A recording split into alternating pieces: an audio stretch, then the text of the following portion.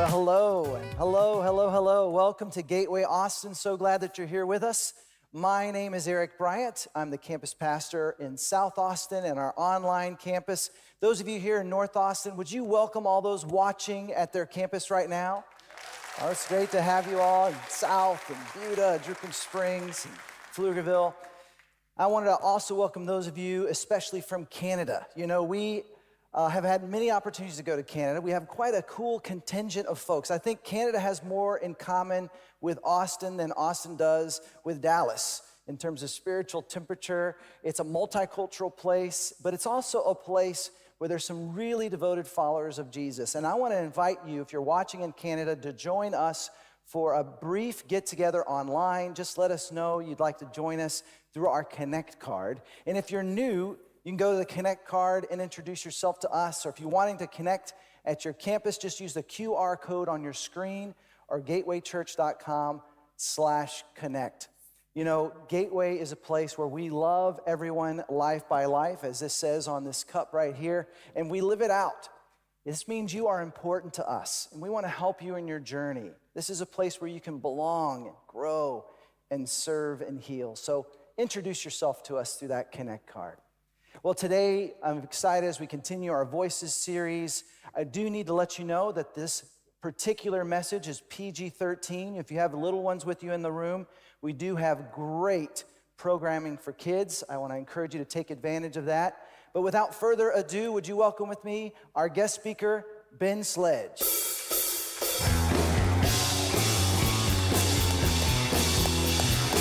Thank you.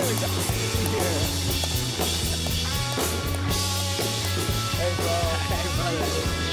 Excited about this. You too.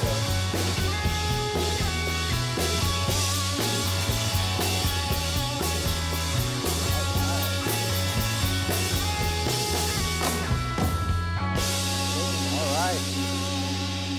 A little bit of Nirvana for you. I know, it's a throwback to my childhood, That's man. right. I'm the metal kid at heart, so That's right. always There you good go. for me. Come as you are. So we met in January of 2011.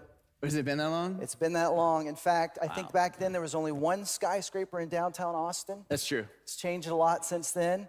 Soko hadn't been wrecked. Yeah, that's right. It's very different now. But since that time, you've gotten married. You became our college pastor here at Gateway. You have 2 children. You've moved to Colorado. It's great to have you back. It's good to be back. Thank you guys so much for having me here. This place is home to me. Yeah. Well, it's great to have you. Yes. So you were a part of the student ministry here at Gateway North. Right. And you were also part of Gateway South, helping with the college students. You helped launch Gateway Central. So there's a debate you can help settle. Okay, what's the debate? What is the best breakfast taco in Austin? I'm gonna offend somebody here, I know. So I'll pick 3 just to keep it safe. If I'm down south, I'm gonna pick Veracruz All Natural down at Radio Coffee. That place is a jam. If I'm kind of here more in Central, I'm always a Taco Deli fan, so breakfast tacos there, they're great. And then when I lived on the east side, I would always hit up El Cholito, so hopefully I didn't offend too many people there. Some of you are like, you don't know about those gas station tacos, bro. And I'm like, I do, they're good too, so. You can always try, every day a new place. Well, I'm very excited. Your memoir has just come out, Where Cowards Go to Die. I've been reading it. Don't tell me how it ends. I die. No, I'm kidding. You're here. We know that part. This is an intense memoir. It's this is rated R. Yeah. It's not for sale today in the lobby, so no child will pick it up on accident. But tell us a little bit about this. So one of the things that I consistently saw when I came home from combat was that the stories about Afghanistan and Iraq were broken or they were incomplete. There's a joke in the book publishing industry right now where if you're a Navy SEAL, you get a book deal. But the reality of the situation is that is only 1% of the military that has that special operations training and doesn't account for the other 99% of us that spent our youth in the longest running wars in the history of the United States. And then we come home and have to readjust to an environment that often we don't know how to comprehend and we're dealing with the things and the moral quagmires that we face overseas. And so it begins this crisis of purpose and meaning and direction, and for me, faith. And I wanted to tell a very true war story, but also encompass my faith journey. So you're gonna hear aspects about how I came to Gateway, but also keep it very, very honest to what happened, and then provide civilians and veterans like the context for everything that happened within the last 20 years and what it feels like to come home oftentimes to a country that no longer feels like home when you get back. Yeah. Well, we're grateful to you and all those who served with you.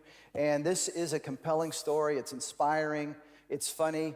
I encourage you to pick up a copy online, or you can even get a free copy when you sign up for our men's conference that we're hosting at Gateway South. Ben will be speaking along with Ted Beasley and others. You can find out more about that at gatewaychurch.com/south. Well, we want to hear from you, Ben. Let's give him a warm welcome as we hear from Ben Sledge.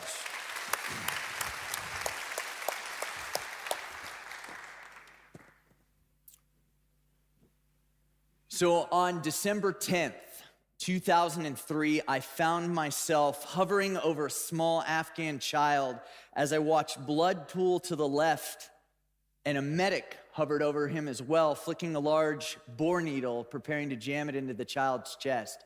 He had taken shrapnel from an incoming explosion that Taliban and Al-Qaeda had launched on our base, and him and his dad had been working on that base. Around me, explosions peppered the landscape, but I didn't know what to do to help this poor kid, so I just stood there like a gargoyle frozen in time, hovering over him while explosions continued to rain down around me.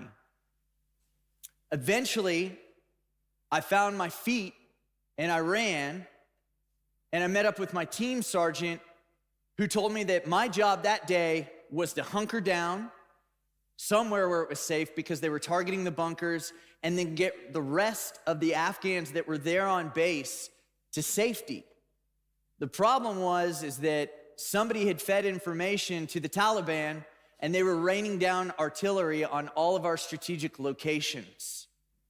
So I got these Afghans into this large corridor where I thought that they would be safe behind some fortified structures, and my friend Steve and I had just finished corralling them in when the world went black. Watch this.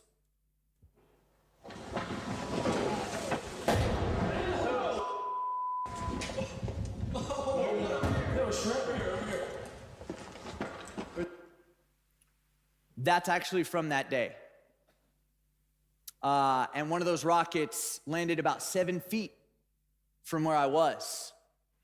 When I awoke, a large Afghan man was standing over me, and he was terrified. I could see it in his eyes, and I waved him off, and he was trying to help me stand, but I was pouring myself into the wall. Everything sounds like I'm underwater.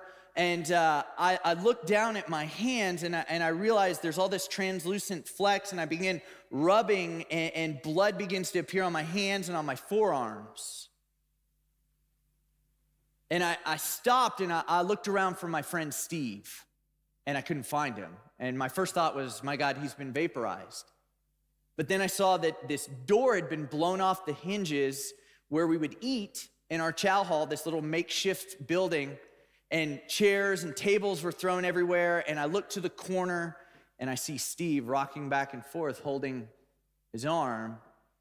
And so I pull a steel black dagger out of my body armor, and I cut open his sleeve, and it looks like a pop can has exploded in his tricep, and a shrapnel had hit a major artery. And so I knew two things at that moment. Steve was bleeding out, and if I didn't help him, he was going to die. That's the gift that the military will give you, is that muscle memory. So everything kicked in, and another soldier rushed into the room to help me carry him to this fortified corridor where we had tried to get to safety. And I realized we had to go get the medics. And on base, we had a rally point where we would go grab the medics. And so I said, stay here, you continue patching them up. And I ran out the back door just as another explosion came slamming in, knocked me to the ground. But we had just erected a concrete barrier, and I began to pound on this barrier, yelling, "We have injured, we have injured, we have injured, we need help," but nobody can hear me. And that's when the fear took me. Everybody thinks they're gonna be the tough guy, the soldier, the hero, but I wasn't. My hands started to tremble, and I thought, this is it, we're gonna die. The only thing that kept me going is that my friend was currently bleeding out, and I knew that I had to help him, so I found my feet again, and I ran back in there, and when I burst in the room, I just looked at the other guy, and I said, "They've blocked access to triage. Where do we go?" It's been almost 19 years since that day, 19 years. At the time, I was 22 years old. And I had joined the Army in 1999, I know I just dated myself, for college money. And I know some of you are like, well, wait, you interrupted the story, what happened? We're gonna get to that, I promise you, I'll tell you what happens. But the thing that I need you to understand first and foremost about war and combat and coming home is it changes you. It changes your identity. It made me wonder who I was, what I was capable of. And I began to experience the trauma of what I had seen. Innocent people hurt, like that Afghan boy. And there was all this humanity, this complexity and barbarity to it. And so when I came home from war, I couldn't deal with the pain and trauma of what I had seen and experienced. And I was certain if there was a God who existed, then he must be cruel. See, to give you some background into my story, I grew up in the church in the 1980s and 90s. And my upbringing, my religious upbringing was like the old Kevin Bacon movie, and they've since made a terrible version of this called Footloose. Anybody remember that? So, yeah, it's a great movie. It's fun. So that was my upbringing. Don't drink, don't dance, and don't fool around with girls, and you and Jesus are totally cool. The problem was everybody else was doing all those things, and then on top of that, they were mixing political messages with everything, and as long as I prayed just enough, God would drop a sweet Maserati on my front porch. And here's the other problem. I was the metal kid. I was the guy who loved Metallica. Shout out to Eddie Munson and Stranger Things, right? I was that kid. So not only was I dealing with that environment, I was considered evil by those in the pews and in my church. So I remember this one time, I went to church camp, and they had us build these big bonfires. And we would throw all of our secular music into it, because Jesus hates secular music, right? And and there was this kid next to me, and he's trying to impress this girl, and he's like, "Oh man, yeah, you hear the demons hissing in that thing?" And I was like, "No, that's science. That's just plastic burning, bro. Like, at least I paid attention in school. You obviously did not." And so eventually I stepped out of church and quietly left because I didn't want to have the conversations that a lot of people don't have, call it deconstruction, call it reinventing your faith, call it renouncing your faith or whatever. I just walked away because what I saw at the church that I was attending at the time was this major scandal that led to the implosion of the church. And when you have like kind of those serious doubts and crisis of faith moments, during that time period, it was like either believe as I do or burn in hell for eternity. And I was like, good options there. So believe as you do or burn. I wonder which one I should go with. And so to escape that environment that I was in, I enlisted in the Army. And then in 2003, I found myself in Afghanistan while my friend bled out. And so what happened that day? Was I this big hero?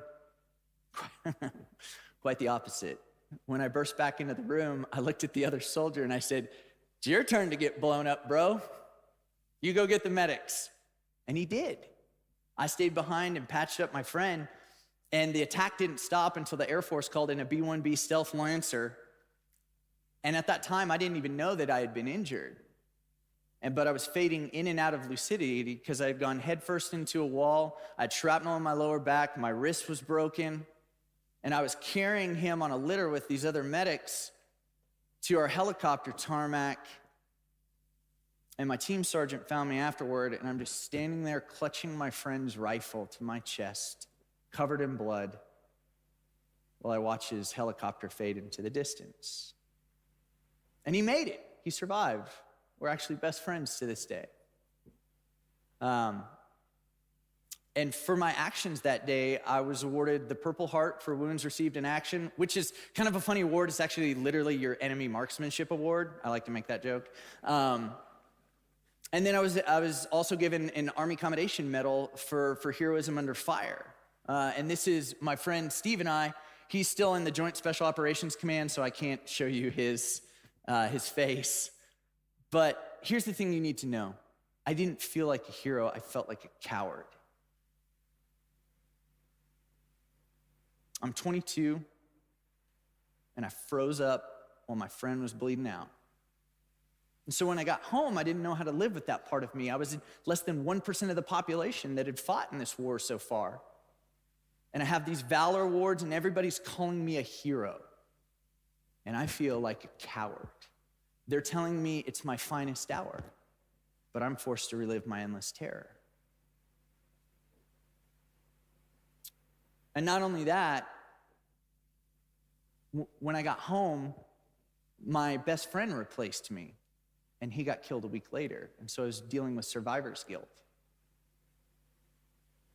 And so I didn't know what to do with that part of me. I didn't know who I was anymore.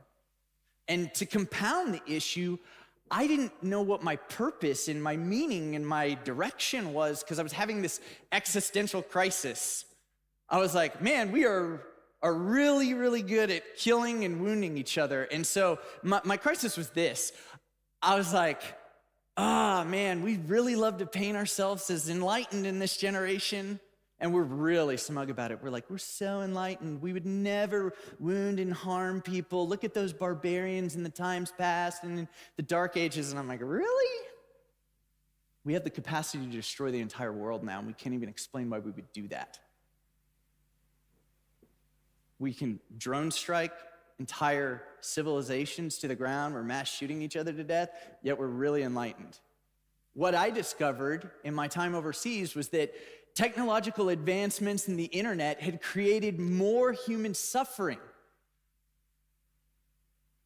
And I was like, man, if this is what the human condition is about, what's the point of life? And I didn't know how to live with that. So here's what I did. I chased the dragon. I knew the high that I experienced in war, and it was a simple identity of being a soldier and completing a mission. So I volunteered for another deployment to the most violent city during the Iraq War, Ramadi. From 2006 to 2007, Ramadi accounted for half of all daily attacks that happened in the country of Iraq. From 2006 to 2007, Ramadi accounted for half of all deaths that happened in the United States Marine Corps. We lovingly called it the meat grinder. Everyone that you've heard of fought in Ramadi.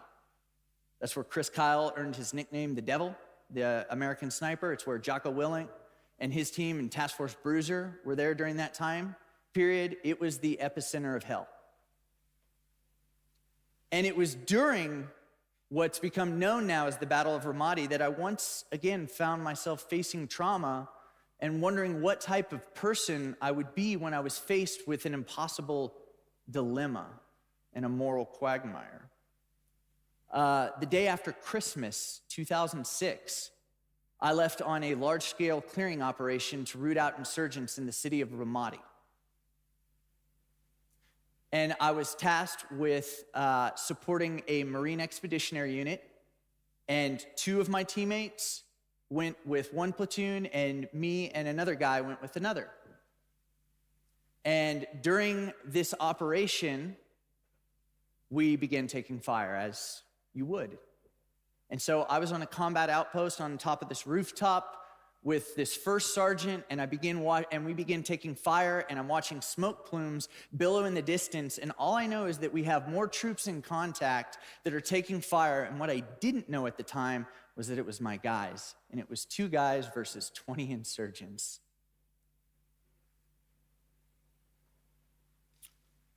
So one of the cruelest things that insurgents did during the Iraq War is they would have young children ferry ammunitions and explosives because they knew that American soldiers would either be forced to shoot a child or they would have to let them go and sign the death warrants of their friends. So we begin taking fire. This first sergeant, he hands me his rifle. He has a high-powered scope on it. I look down an alleyway and he says, "Take a look." My heart drops. There's a little girl in a yellow dress carrying ammunitions and munitions and explosives. She's just tottering along, and she's heading towards those smoke plumes. What do you do? What type of person are you? Do you let your friends die? Do you shoot an innocent kid? And those are many of the questions that soldiers have to deal with, that most of the American populace didn't even know we had to deal with. And so he hands me this rifle, and I'm sitting there, and every emotion is raging inside my head, and he tells me, "You can shoot her, technically." And I can't even fumble the words. I'm just like, "Here, take this rifle back." And he tells me, I'm really proud of you. You made the right decision. We don't shoot kids." And I knew that wasn't technically true because I had served alongside men who didn't have that luxury when they were rushed by a teenager wielding an AK-47. But that was the thing. I was dealing with that question of how do I handle what I'm doing with in war and these impossible decisions. And so when I left Ramadi, there were 4 men on my team, 3 other guys and myself. We left with 5 Bronze Stars. 2 of them had Valor Devices for heroism under fire and another Army Commendation Medal. 6 awards for 4 men because of how violent and crazy the environment was.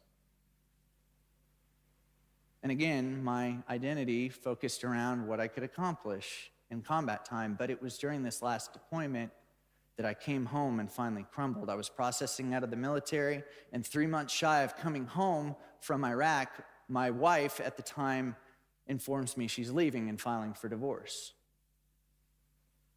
So I come to Austin, Texas, and I start living on my best friend from college's couch. No job, no direction, no idea what I'm gonna do with my life. And so he takes me down to 6th Street to party, kind of work things out, and I just get worse. I'm getting more depressed, more anxious, dealing with post-traumatic stress, moral injury, the things that are just quelling and raging inside of me, and I don't know how to deal with it. And in the mornings, I'm crying in the shower, so he won't hear me, and he totally does.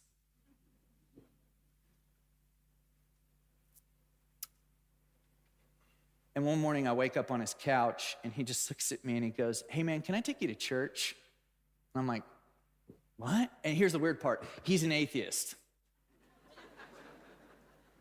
I'm like, what's that gonna do for either one of us? This is weird, man. So guess where we end up? Gateway.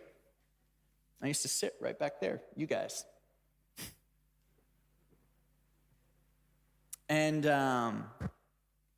Gateway's doing this thing. It's really weird. So they have this thing for 20-somethings, and I'm in my late 20s at the time, and they're doing church at a bar, and I was like, that sounds awesome. Can they even do that? I don't know, but it sounds cool, so I'm totally going.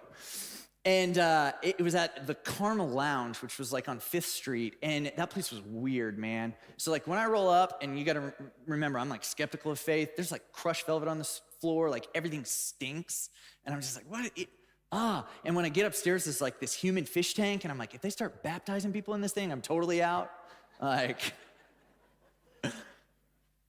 but then this guy, Josh, takes the stage, and he begins to share a story. He shares about how his parents have recently died back to back within 3 months of each other. He doesn't know how to process that because his dad was an alcoholic and they were both orders. So he loved his parents and he also hated them at the same time. He's struggling in his marriage. He doesn't really know how to process some of the things he's seen in Christianity. And I'm like, dude, this guy is really being open, honest. And it broke down my walls. And in that moment, I realized though we were different, we were the same. We had both gone through suffering, and suffering is a universal language that we all speak. We've all been through it. And after he finishes speaking, I'm like, oh man, I gotta talk to this guy. And the worst part too is like, I'm sitting next to these girls and I'm trying to be super cool, and I'm like, oh my God, please don't look at me, trying to be the tough guy. And so eventually I compose myself and I make a beeline straight for this guy, which is kind of funny. Why is it called a beeline? It'd be like crazy like that. Anyway, so I book it towards him. I'm still in this like military mode where it's left, right, left. And he thinks I'm about to punch him in the face or something. And I just stick my hand out and I say, hey man, my name's Ben, but my friends call me Sledge. And he takes one look at me and he goes, of course they do. And so Josh and I, we hit it off. And he invites me to dinner with him that night, just one-on-one. So we go to Freebirds on South Congress, and we just spend time talking. And he just begins to open up about his life, which causes me to open up about his life. And here's how you know Josh is a really good dude, too. I accidentally hit on his wife. I didn't know it was his wife, so please don't judge me. And we still stayed friends. But Josh helped me explore faith and meaning and purpose and direction, just as he was bravely doing also in confronting the demons of his past and his past pain and trauma, and he began to encourage me to do the same. And then from there I met John Burke. Randomly. He calls me up. He's like, hey man, let's grab lunch. I was like, who are you, Mr. Weird Guy that speaks on stage? And John was unbelievably gracious. And I don't think you understand just how much John loves you in this congregation and the time and effort that he puts in to ensure that you guys are taken care of. He really does. And so he meets with me, and I'm like this young punk kid, asking him questions like, if there is a God and he's good, how does he allow evil and suffering to exist? And also, how come in the Old Testament he sets the murderer and the liar on fire, but in the New Testament he eats with them? And John was unbelievably kind and gentle. And he began to answer those questions for me. But more than anything, he asked me to explore my past and my trauma, my pain, and from that, grow. And the thing was, it was really hard and it hurt. And that's what I discovered as I became a Christian here. God will always take you to your deepest suffering, the moments of your deepest pain and your hardship, and then have you heal and then begin to heal others. And if you think that I'm making this up, this is all throughout the scriptures in the Bible. So I know some of us are exploring faith here. So I want to show us today a passage of scripture that's going to tie in my story and everything else that we're talking about here today. And it's shortly after Jesus' resurrection. So I'm going to do the Bible, the remix version for you so that we can kind of speed through this thing. So on the night that Jesus is arrested and betrayed by Judas, all the apostles flee. But then Peter eventually goes outside the high priest's house, and it's cold outside that night, so they huddle around this charcoal fire for warmth. And then this little girl is like, hey, you're one of the disciples. He's like, no, I'm not. And then other people are like, yeah, you're totally that disciple. He's like, it's not me, bro. And then finally, a third time, they ask him, and he denies Jesus again, even cursing them out, using profanity and language to tell them to back off. And in one of the most savage moments in the Bible, it says that, Jesus had told Peter that he was going to deny him 3 times. But the scriptures state that when he denies him the 3rd time, Jesus just turns and looks at him. Told you, you did it. And Peter runs off crying. Now, fast forward to Jesus' post-resurrection from the cross. Peter and some of the disciples aren't really sure what they're supposed to do or what's going on. And the Greek in the Bible makes it abundantly clear that Peter informs them, I'm going back to fishing. This is what I know. This was my old job. This is what I did. So they go fishing, and they're not catching anything. And all of a sudden, there's a guy on the beach, and he's like, hey, cast your nets to the other side. And they're like, all right, whatever. And they do it, and then their nets are full. And it's what Jesus had told them to do the first time that he called Peter as a disciple. And Peter, realizing that it's Jesus on the beach, jumps out of the boat and swims to shore. And when he gets there, he finds the following. This is in John 21, starting in verse 9. And it says, when they got out on land, they saw a charcoal fire in place with fish laid out on it and bread. And so here's what Jesus is doing. He's making a breakfast. He has this charcoal fire going. He's cooking for them. And then we'll skip ahead. It says, when they had finished breakfast, this is verse 15, Jesus said to Simon Peter, Simon, son of John, do you love me more than these? He said to him, yes, Lord, you know that I love you. He said to him, feed my lambs. He said to him a second time, Simon, son of John, do you love me? And he said to him, yes, Lord, you know that I love you. And he said to them, tend my sheep. He said to him a third time, Simon, son of John, do you love me? And Peter was grieved because he had said to him a third time, do you love me? And he said to him, Lord, you know everything. You know that I love you. And Jesus said to him, feed my sheep. Now, it's easy to see what Jesus is doing here. Peter denies Jesus 3 times, so he asks him 3 times if he loves him. But here's the part that we often miss. Jesus cooks him breakfast over a charcoal fire. In the Greek, that word for charcoal fire is only used one other time in all of Scripture. Do you know where it is? It's the charcoal fire where Peter warms himself right before he betrays Jesus. So what Jesus is doing is he's recreating the exact environment for Peter's ultimate betrayal, his biggest failings, and his past pain and trauma. And I'm sure as Peter saw that fire and heard those words, his heart sank. Because Jesus just led him to his most broken moment. But here's the thing. He doesn't leave him to wallow in failure or trauma. Instead, he reverses it. He takes the liar and the coward, and he goes, feed my sheep. And it's Peter on who he builds his church, who becomes one of the greatest and most prolific people in the Scriptures. In life, there's an easy road and a hard road. The easy road is continuing the path where you're already on and nothing changes. It's when you refuse to look at the trouble spots in your life, your past pain, your trauma, unresolved hurt, unforgiveness, bitterness, anger, depression, anxiety. And I mean, look around us. I have multiple certifications in crisis response, trauma care, and suicide prevention. And I can tell you this, we are wallowing in mental health issues because of the fact that we don't want to address those pain points in our life. The hard road is facing the hurt. The easy road's continuing the path you're on. And ironically, that's a big theme in my book that I just released that we kind of talked about, Where Cowards Go to Die.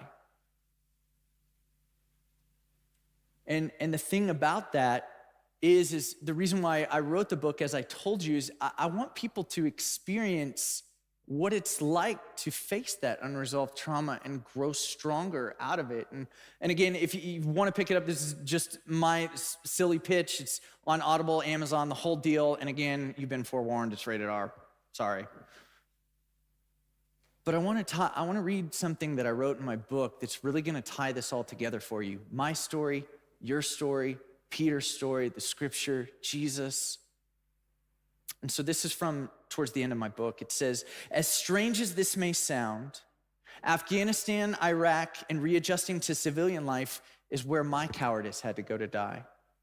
My life had to be violently turned upside down and my beliefs challenged. I had to once more discover purpose and meaning. I couldn't run from my problems, but I had to face them, just as I had to face my own cowardice. This is the truth of cowardice, purpose, and meaning. When we refuse to have our beliefs challenged, operate in selfishness, refuse to give our lives in service to something greater, or we numb out, we'll die as cowards. The flip side of the coin is that if we're willing to do the opposite, the cowardice that prowls in the human heart has to die. Bit by bit and cut after cut, the cancer of the soul has to be bled out. Part of you will feel as if it has died, but it is the part of you that's stripping you of your humanity. It's the part that wants you to be comfortable and stuck, dwelling on the past instead of what you can become. So the question I want to close with is this, and I'm going to invite the band up.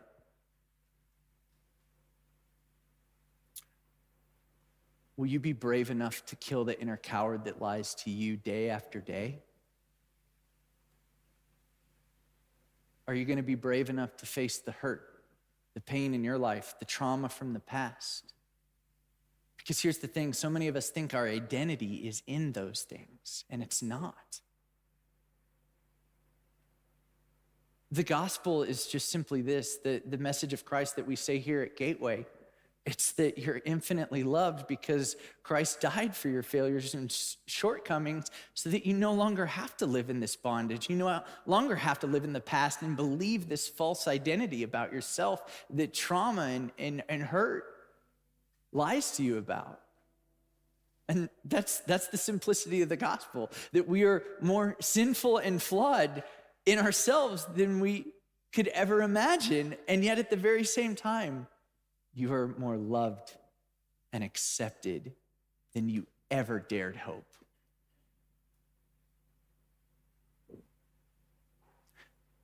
So as this song plays, I want us to examine ourselves this morning. Is Jesus leading you to that moment, that charcoal fire moment?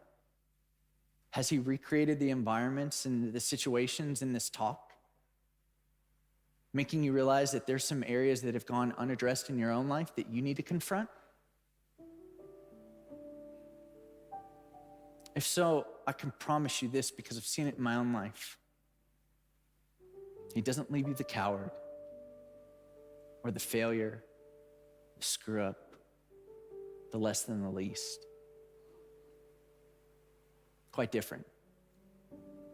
Instead, he takes your pain, he takes your hurt, he transforms it, and then he uses you and you and you and you and you and you and you, and he builds his church.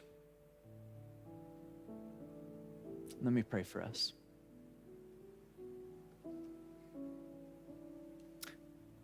God, I thank you for the moments in life where there is hurt and there is hardship, and oftentimes we don't have the language around that anymore in our world.